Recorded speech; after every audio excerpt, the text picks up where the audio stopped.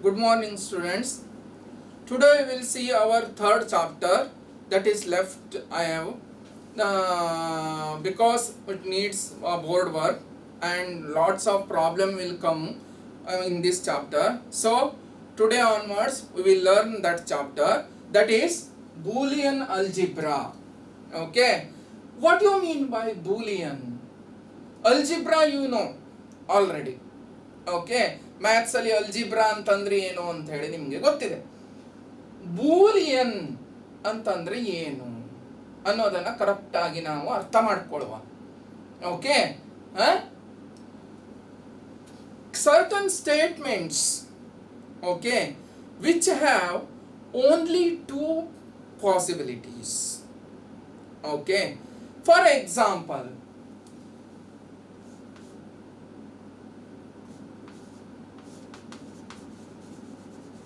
is today is a rainy day. ಒಂದು question. Okay, is today is a rainy day. ಇವತ್ತು ನಾವು ಏನು, ಇವತ್ತು ಮಳೆಯ ದಿನವೇ. For this question only two possibilities, either true or either false. ಓಕೆ, ಮಳೆಯ ದಿನ ಹೌದು ಅಥವಾ ಮಳೆಯ ದಿನ ಅಲ್ಲ. ಓಕೆ, ಎರಡು ಪಾಸಿಬಿಲಿಟೀಸ್ ಇದೆ, ಹೌದಾ? Shall I pick a pen, ಒಂದು ಪೆನ್ ಬಿದ್ದಿದೆ, ಪೆನ್ನನ್ನ ಹೆಕ್ಲಾ ಬೇಕು ಅಥವಾ ಬೇಡ, ಟ್ರೂ ಆರ್ ಫಾಲ್ಸ್, ಆ ರೀತಿ. Okay, so a sentence which having only two possibilities, either true, either false, are called prepositions. Okay, a sentence which having only two possibilities, either true or false, are called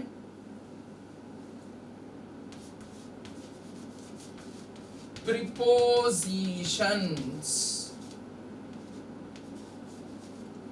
Okay, prepositions. So we can see that preposition having two parts also sometimes. Okay, ಈ prepositions ಏನಾಗುತ್ತೆ ಕೇಳಿದ್ರೆ ಒಂದೊಂದ್ಸಲ ಎರಡು part ಆಗಿ ನಾವು ಕಾಣ್ತೇವೆ. For example,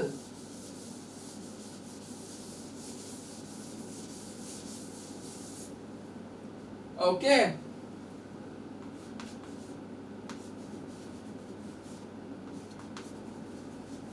today there is a cloud.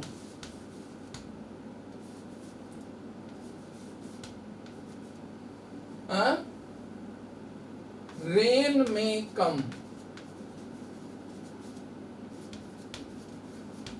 See here, today there is a cloud. ಇವತ್ತು ಮೋಡ ಇದೆ. ರೇನ್ ಮೇ ಕಮ್, ನಿಶ್ಚಿತವಾಗಿ ನಾವು ಹೇಳಲಿಕ್ಕೆ ಆಗೋದಿಲ್ಲ ಅಲ್ವಾ? We can predict that, we will predict, ಊಹೆ, ನಮಗೆ ಗೊತ್ತಿಲ್ಲ ಏನಂತ, ಮಳೆ ಬರ್ತದೋ ಇಲ್ಲ ಅಂತ ಹೇಳಿ ನಮಗೆ ಗೊತ್ತಿಲ್ಲ. ಆದರೆ today there is a cloud, ಇದು ಟ್ರೂ ಆಗಿರ್ಬೋದು. ಒಂದು ವೇಳೆ ಮೋಡ ಇಲ್ಲದೆ ಮಳೆ ಬರುತ್ತೆ ಕೆಲವೊಂದ್ಸಲ ಅಲ್ವಾ? ಆಕಸ್ಮಿಕವಾಗಿ ಆಕಾಶದಲ್ಲಿ ಏನು ಮೋಡ ಗಿಡ ಏನು ಕಾಣೋದಿಲ್ಲ, ಮಳೆ ಬರುತ್ತೆ. ಆದ್ರೆ ಸೊ ಹಾಗಾದ್ರೆ this sentence haves no meaning ಅಲ್ವಾ? So it is also having two possibilities, either true, either false. This is also has two possibilities, either true, either false. Okay, so there may be a mixture of sentences. Once true, once false, once false, once true. Okay, ಆ ರೀತಿ ಯಾವುದಾದ್ರೂ prepositions ಇದು outcomes ಮತ್ತೆ inputs ಮತ್ತೆ outputs ಅನ್ನು ನಾವು ಟೆಬುಲಾರ್ form ಅಲ್ಲಿ ಮಾಡಿದ್ರೆ ಅದಕ್ಕೆ ನಾವು ಟ್ರುತ್ ಟೇಬಲ್ ಅಂತ ಹೇಳಿ ಕರೀತೇವೆ. ಏನಂತ ಕರೀತೇವೆ? ಟ್ರುತ್ ಟೇಬಲ್ ಅಂತ ಹೇಳಿ ಕರೀತೇವೆ. ಟ್ರುತ್ ಟೇಬಲ್ ಅಂತಂದ್ರೆ ಏನು ಅನ್ನೋದನ್ನ ನೋಡೋಣಂತೆ. ಹಾಗಾದ್ರೆ truth table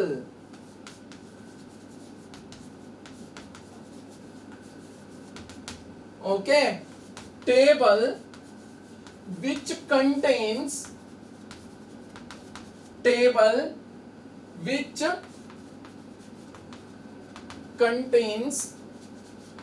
all possible values of inputs and outputs of preposition. Okay, ಇದಕ್ಕೆ ಟ್ರುತ್ ಟೇಬಲ್ ಅಂತ ಹೇಳಿ ನಾವು ಕರಿತೇವೆ. ಸೊ ಟ್ರುತ್ ಟೇಬಲ್ ಅಂತಂದು ಕೂಡ ನಿಮಗೆ ಯಾವಾಗಲೂ ಹೇಳ್ಬಿಡ್ತೇನೆ ಟ್ರುತ್ ಟೇಬಲ್ ಅನ್ನ ಹೇಗೆ ಕನ್ಸ್ಟ್ರಕ್ಟ್ ಮಾಡೋದು ಅಂತ ಹೇಳಿ. Okay, 2 raised to n columns must be there or 2 raised to n values must be there. Okay, ಅಂತಂದ್ರೆ n ಅಂತಂದ್ರೆ number of where n equals to number of variables. Okay, number of variables ಅಂತ ಹೇಳಿ ಅರ್ಥ. So ಹಿಂದಿನ example ಅಲ್ಲಿ ನೋಡಿ, x ಮತ್ತೆ y ಅಲ್ವಾ, ರೇನ್ ಮತ್ತೆ ಕ್ಲೌಡ್ ಅಲ್ವಾ. X cloud, rain, Y cloud ಅಂತ ಹೇಳಿ ಅಂದ್ಕೊಳ್ಳುವ. ಮೋಡ ಮತ್ತು ಮಳೆ ಸಂಬಂಧ ಇದೆ ಅಲ್ವಾ, ಅದನ್ನ ಅಂದ್ಕೊಳ್ಳುವ. ಸೊ 2 raised to n ಅಂತಂದ್ರೆ 2 raised to 2 ಅಂತಂದ್ರೆ 4 possibilities should be there. 4 possibilities should be there. ನಿಮ್ಮ ಟ್ರುತ್ ಟೇಬಲ್ ಅಲ್ಲಿ. ಓಕೆ, ಹಾಗಾದ್ರೆ ಯಾವ ರೀತಿ ಕನ್ಸ್ಟ್ರಕ್ಟ್ ಆಗುತ್ತೆ ಟ್ರುತ್ ಟೇಬಲ್ ಅಂತ ಹೇಳಿ ನೋಡುವ. ಓಕೆ, ಸಪೋಸ್ ಎಕ್ಸ್ ಅಂತಂದ್ರೆ ರೇನ್, ವೈ ಅಂತಂದ್ರೆ ಕ್ಲೌಡ್ ಅಂತ ಹೇಳಿ ಇಟ್ಕೊಳ್ಳಿ. ಓಕೆ, ಎಕ್ಸ್ ನೋಡಿ, ಯಾವಾಗಲೂ ಟ್ರೂ ಅಂತಂದ್ರೆ 1, ಫಾಲ್ಸ್ ಅಂತಂದ್ರೆ 0. ಯಾವಾಗಲೂ ಬೂಲಿಯನ್ ಅಲ್ಜಿಬ್ರಾದಲ್ಲಿ ಫಾಲ್ಸ್ ಅನ್ನ 0 ಇಂದ ರೆಪ್ರೆಸೆಂಟ್ ಮಾಡ್ತೇವೆ, ಟ್ರೂ ಅನ್ನ 1 ಇಂದ ರೆಪ್ರೆಸೆಂಟ್ ಮಾಡ್ತೇವೆ.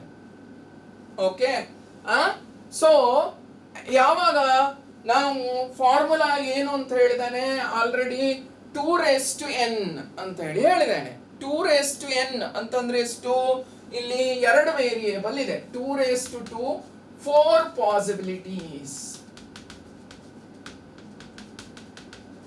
4 possibilities ಆಯ್ತು, ಹೌದಾ? ಆವಾಗ ನಾವು ಏನ್ ಮಾಡ್ಬೇಕು ಕೇಳಿದ್ರೆ ಅದನ್ನ ಈಕ್ವಲಿ ಡಿಸ್ಟ್ರಿಬ್ಯೂಟ್ ಮಾಡಬೇಕು. We have to equally distribute it. So 0 0 1 1. Okay, ಒಂದು ವೇರಿಯೇಬಲ್ಗೆ ಇನ್ನೊಂದು ವೇರಿಯೇಬಲ್ಗೆ ಅನ್ಈಕ್ವಲ್ ಡಿಸ್ಟ್ರಿಬ್ಯೂಷನ್ ಮಾಡಬೇಕು. ಅಂತಂದ್ರೆ 0 1 0 1. ಸಿ, ಫಸ್ಟ್ ವೇರಿಯೇಬಲ್ಗೆ ಈಕ್ವಲಿ ಡಿಸ್ಟ್ರಿಬ್ಯೂಷನ್ ಮಾಡಬೇಕು, ಸೆಕೆಂಡ್ ವೇರಿಯೇಬಲ್ಗೆ ಅನ್ಈಕ್ವಲ್ ಡಿಸ್ಟ್ರಿಬ್ಯೂಷನ್ ಮಾಡಿದ್ದೇನೆ ನೋಡಿ. 0 ಆದ್ಮೇಲೆ 1. ಇಲ್ಲಿ ನೋಡಿ 0 0, ಹೌದಾ? ಪೇರ್ ಇದೆ, ಇಲ್ಲಿ ಅನ್ಪೇರ್ ಇದೆ, ಗೊತ್ತಾಯ್ತಾ? ಅನ್ಪೇರ್ ಇದೆ. ಆ ರೀತಿ ಡಿಸ್ಟ್ರಿಬ್ಯೂಷನ್ ಅನ್ನ ಮಾಡಬೇಕು. C, this is truth table. ಇದಕ್ಕೆ ಟ್ರುತ್ ಟೇಬಲ್ ಅಂತ ಹೇಳಿ ನಾವು ಕರಿತೇವೆ, ಗೊತ್ತಾಯ್ತಾ? Suppose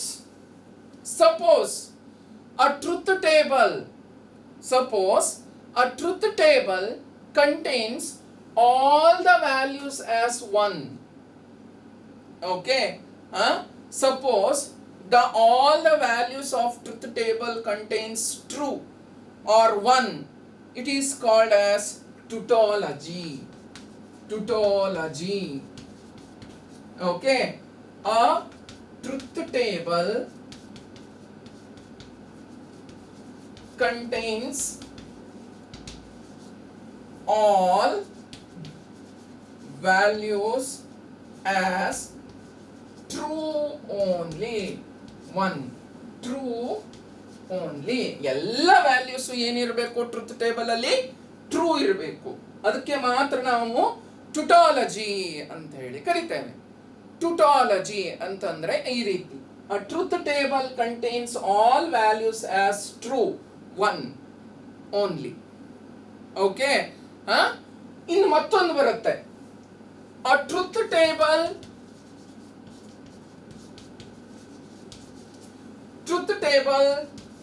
contains all values as false. Okay, zero only. Then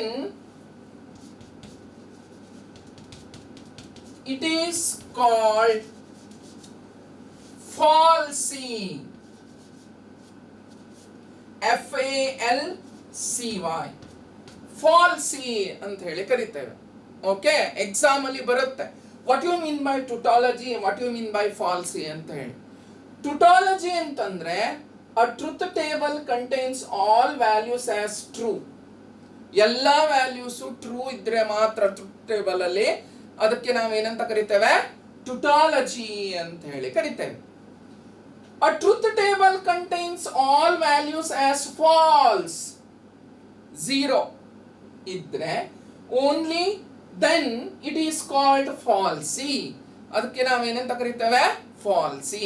ಎಲ್ಲಾ ವ್ಯಾಲ್ಯೂಸು ಏನಿರಬೇಕು? ಝೀರೋ ಅಥವಾ ಫಾಲ್ಸ್ ಆಗಿರಬೇಕು. ಅಂತಹ ಟೇಬಲ್ಗೆ ನಾವು ಫಾಲ್ಸಿ ಅಂತ ಹೇಳಿ ಕರಿತೇವೆ. ಗೊತ್ತಾಯ್ತಾ? ಈಗ ಟ್ರುತ್ ಟೇಬಲ್ ಅಂತಂದ್ರೆ ಏನು ಏನು ಅಂತ ಹೇಳಿ ನಿಮಗೆ ಗೊತ್ತಾಯ್ತು. ಹಾಗಾದ್ರೆ ಈ Boolean algebra, okay, Boolean algebra ಯಾವ ರೀತಿ ನಾವು ಬೂಲಿಯನ್ ಅಲ್ಜಿಬ್ರಾವನ್ನ ಇದು ಮಾಡ್ತೇವೆ, ರೆಪ್ರೆಸೆಂಟ್ ಮಾಡ್ತೇವೆ ಅನ್ನೋದನ್ನ ನೋಡೋಣಂತೆ. ಬೂಲಿಯನ್ ಅಲ್ಜಿಬ್ರಾವನ್ನ ನಾವು ಯಾವಾಗಲೂ ಏನಂತ ರೆಪ್ರೆಸೆಂಟ್ ಮಾಡ್ತೇವೆ, ಹೇಗೆ ರೆಪ್ರೆಸೆಂಟ್ ಮಾಡ್ತೇವೆ ಅನ್ನೋದನ್ನ ನೋಡೋಣಂತೆ ಇವತ್ತು.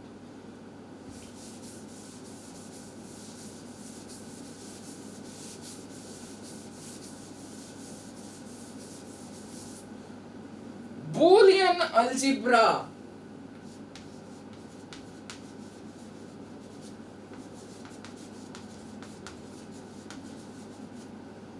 was introduced by George Boole. Okay, the famous Dutch mathematician.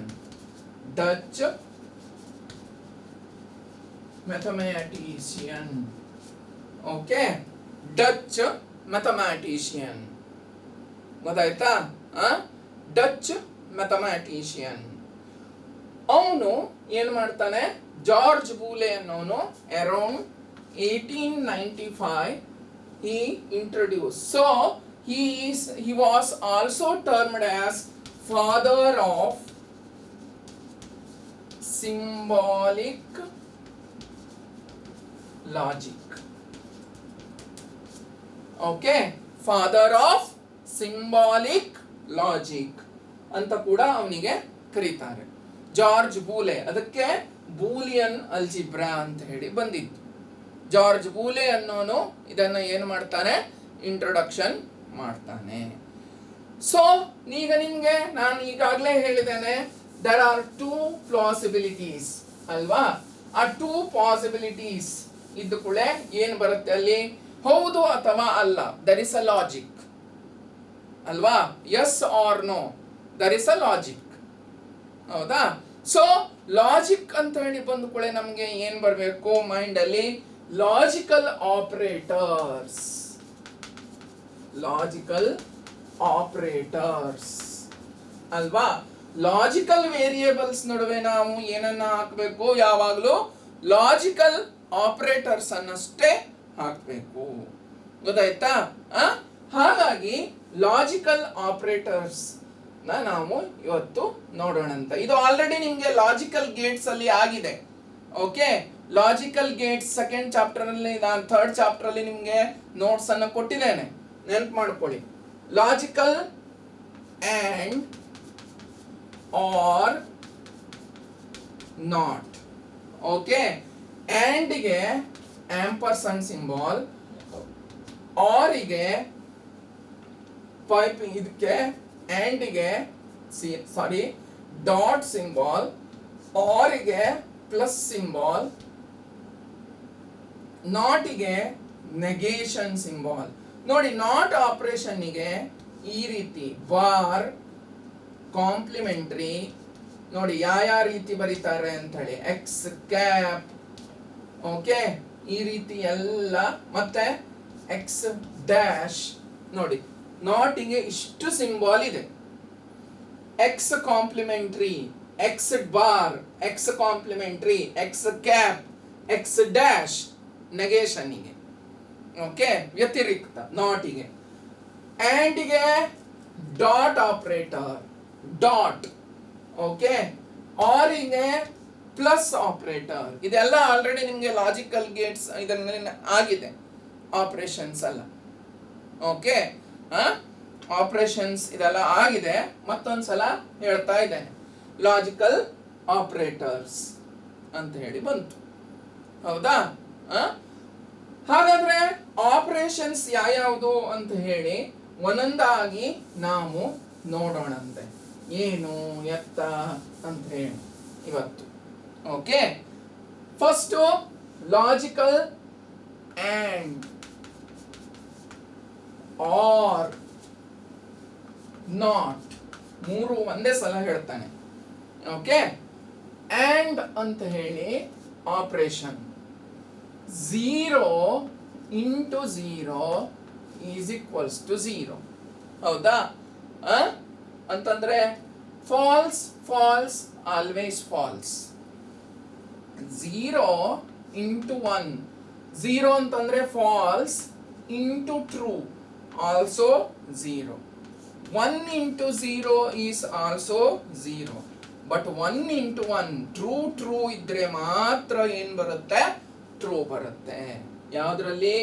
ಎರಡೂ ವೇರಿಯೇಬಲ್ ಅಥವಾ ಎರಡೂ ಏನಿರಬೇಕು ಪಾಸಿಬಿಲಿಟೀಸ್, ಎರಡೂ prepositions must be true, then only it comes true. Or 0 into 0, 0. 1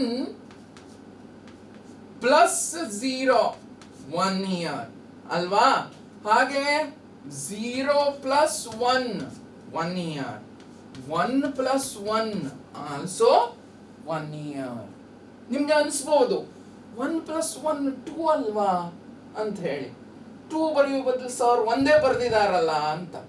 ಹೌದು, ಯಾಕೆ? 2 ಅನ್ನ ನಾವು ಬೈನರಿಯಲ್ಲಿ ಯಾವ ರೀತಿ ರೆಪ್ರೆಸೆಂಟ್ ಮಾಡ್ತೇವೆ? ಈಗ ನಾನು ಮೊದಲೇ ಹೇಳಿದ್ದೇನೆ, ಲಾಜಿಕ್ ಅಂತ ಹೇಳಿ ಬಂದು ಕೂಡ ಅದರಲ್ಲಿ ಎರಡು ವ್ಯಾಲ್ಯೂಸ್ ಬರುತ್ತೆ, ಐದರ್ ಟ್ರೂ ಐದರ್ ಫಾಲ್ಸ್. 0 ಮತ್ತೆ 1, 0 ಮತ್ತೆ 1 ಬರೋದು ಎಲ್ಲಿ? ಬೈನರಿ ನಂಬರ್ ಸಿಸ್ಟಮ್ ಅಲ್ಲಿ. ಹೌದಾ? ಬೈನರಿ ನಂಬರ್ ಸಿಸ್ಟಮ್ ಅಲ್ಲಿ ಯಾವ್ದು ಬರುತ್ತೆ? ಓನ್ಲಿ 2 ನಂಬರ್ಸ್ 0 and 1 ಬರುತ್ತೆ. ಹಾಗಾಗಿ ಇದು ಬೈನರಿ ಅಂತ ಹೇಳಿ ಆಯ್ತು, ಬೈನರಿ ರೆಪ್ರೆಸೆಂಟೇಷನ್ ಅಂತ ಹೇಳಿ ಆಯ್ತು. ಬೈನರಿಯಲ್ಲಿ 2 ಅನ್ನ ನಾವು ಯಾವ ರೀತಿ ರೆಪ್ರೆಸೆಂಟ್ ಮಾಡ್ತೇವೆ? 1 0, 1 into 2 raised to 1, 0 into 2 raised to 0. So 2 raised to 1 is 2 plus 0, 2. ಹೌದಾ? ಸೊ ಈ 1 is 0 ನೆಗ್ಲಿಜಿಬಲ್, ಅದಕ್ಕೆ 1 ಅನ್ನ ಬರ್ದಿರೋದು actually. Okay, actually this is the meaning. ಹಾಗಾಗಿ ನೆನ್ಪಿಟ್ಕೊಳ್ಳಿ, not negation. Okay, which gate is called as inverter? Logical gate ಅಲ್ಲಿ ಆಗಿದೆ ನಿಮಗೆ ಅಲ್ವಾ? ನಾಟ್ ಗೇಟ್ ಅಲ್ವಾ? ನೆಗೇಷನ್ ವ್ಯತಿರಿಕ್ತ. ಸೊ ಈಗ ಎಕ್ಸ್ ಇದ್ರೆ ಎಕ್ಸ್ ಬಾರ್ ನೋಡಿ, ಎಕ್ಸ್ ವ್ಯಾಲ್ಯೂ 0 ಇದ್ರೆ X bar is 1. So X 1 ಇದ್ರೆ X bar is 0. Okay, this is the not operation. ಇದಕ್ಕೆ ನಾಟ್ ಆಪರೇಷನ್ ಅಂತ ಹೇಳಿ ಕೂಡ ಕರೀತಾರೆ. ನಾಟ್ ಆಪರೇಷನ್ ಅನ್ನ ನೀವು ತುಂಬಾ ರೀತಿಯಲ್ಲಿ ಇದು ಮಾಡಬಹುದು. X bar, X complementary, X dash, ನಂತರ ಎಕ್ಸ್ ಕ್ಯಾಪ್. ಕೆಲವೊಂದು ಬುಕ್ಕಲ್ಲಿ ಕೆಲವೊಂದು ರೀತಿ ಇರ್ತದೆ. ಡಿಜಿಟಲ್ ಎಲೆಕ್ಟ್ರಾನಿಕ್ಸ್ ಬುಕ್ಕಲ್ಲಿ ಕೆಲವೊಂದು ರೀತಿ ಇರುತ್ತೆ. X bar, X complementary, X bar, X cap ಎಲ್ಲದೂ ಒಂದೇ. ಯಾವುದು? ನಾಟ್ ಗೇಟ್ ಅನ್ನ, ನಾಟ್ ಆಪರೇಷನ್ ಅನ್ನ, ಗೇಟ್ ಅಲ್ಲ, ನಾಟ್ ಆಪರೇಷನ್ ಅನ್ನ ಪ್ರತಿನಿಧಿಸ್ತದೆ. ಗೊತ್ತಾಯ್ತಾ? ಇದು ಬೂಲಿಯನ್ ಅಲ್ಜಿಬ್ರಾದಲ್ಲಿ ಬೇಸಿಕ್ ಆಗಿ ನಿಮಗೆ ಬಂದಿರತಕ್ಕಂತಹದ್ದು ಆಪರೇಷನ್ಸ್. ಮತ್ತೆ ಇದು ಗೊತ್ತಾಯ್ತಾ? ನಂತರ ಇದಕ್ಕೆ ಬೂಲಿಯನ್ ಪಾಸ್ಟುಲೇಟ್ಸ್ ಅಂತ ಕೂಡ ಹೇಳ್ತಾರೆ. ಯಾಕೆ ಕೇಳಿದ್ರೆ, what you mean by theorem and what you mean by postulates? Postulates are the result which are already discovered ಅಲ್ವಾ? ಪಾಸ್ಟುಲೇಟ್ಸ್ ಅಂತಂದ್ರೆ ಏನು? Which are already discovered. ಅದನ್ನು ನಾನು ಡಿಸ್ಕವರ್ ಮಾಡಿದ್ದಲ್ಲ, ಬೇರೆ ಯಾರೋ ಡಿಸ್ಕವರ್ ಮಾಡಿದ್ದನ್ನು ನಾನು ನಿಮಗೆ ಹೇಳೋದು ಅಷ್ಟೇ. ಥಿಯರಮ್ ಅಂತಂದ್ರೆ ಹಂಗಲ್ಲ.